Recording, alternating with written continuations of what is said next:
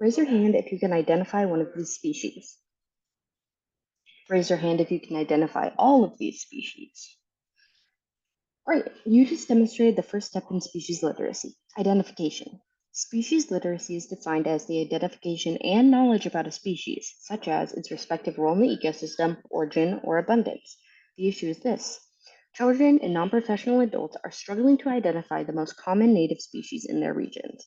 This creates a problem for science communicators like us since biodiversity continues to decline. With 200 to 2,000 species going extinct each year, we are faced with a global extinction rate 100 to 1,000 times higher than pre-human rates. These numbers are challenging for citizens unfamiliar with ecology to understand, making it harder to address the wicked problem of conservation. This is a complex social problem with an unknown number of possible solutions and a wide range of stakeholders. I propose species literacy as a potential solution to the complexities of conservation, and that's where we come in.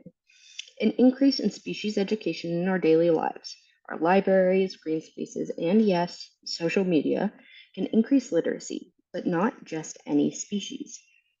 A focus on common and native birds, fish, plants, and insects will allow people to get acquainted with a more diverse range of species than the easily lovable and identifiable mammals. We can also promote hands-on and interactive activities, not just for children, but adults too. Our green spaces are a great place we can address illiteracy in both adult and youth populations. We can use linear communication models, the sending of message from one person to the other, the audience, by increasing the amount of interactive informational signs present in our green spaces. These signs will prompt people to engage with their environment. An effective sign will be no longer than 70 words, have a conversational tone, contain graphics, and be visually and physically accessible. These signs have been proven to improve visitor enjoyment of green spaces. A variety of organizations can support species literacy. Our parks and recreation services, as well as NGOs, may implement these signs to enhance our green spaces. We can also create online signs where a visitor to the park could scan a code and slide through various species as they come across.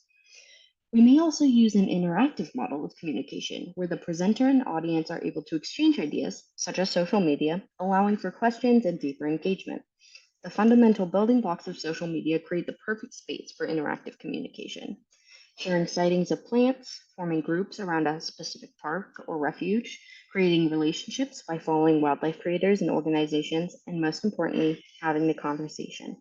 I scoured Instagram and TikTok for existing work to tackle species literacy in our populations. The King County Conservation District has recently used a series of posts to discuss one of our most prominent food chains here in Seattle. By hooking the viewer with our favorite Pacific Northwest mascots, they were able to introduce us to typically unknown species, the sandlands.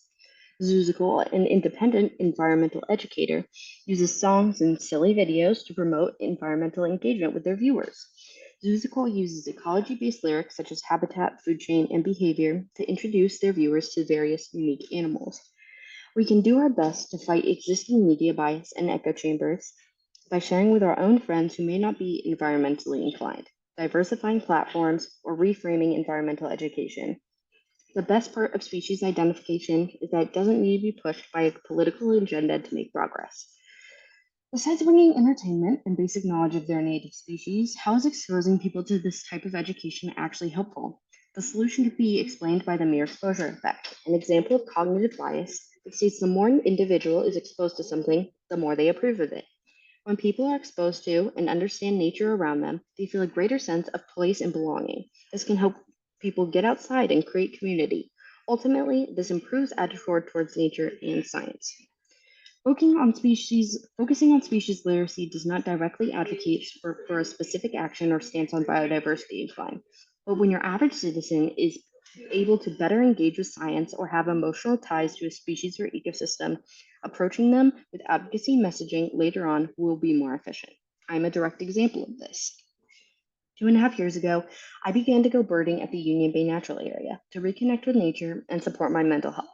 Since then, I have learned to identify 38 unique avian species. I get deeply excited when I'm able to identify a bird, even the most common, and I'm eager to share my sightings with my family and friends. I speak to you as future environmental professionals, students, and citizens of planet Earth. We can learn more species ourselves, share what we learn on social media, or repost existing works, and pressure our communities to invest in environmental education in our public spaces. Together, we can work to minimize biodiversity loss in our lifetimes. So, go learn, go share, go save. Thank you. Any questions?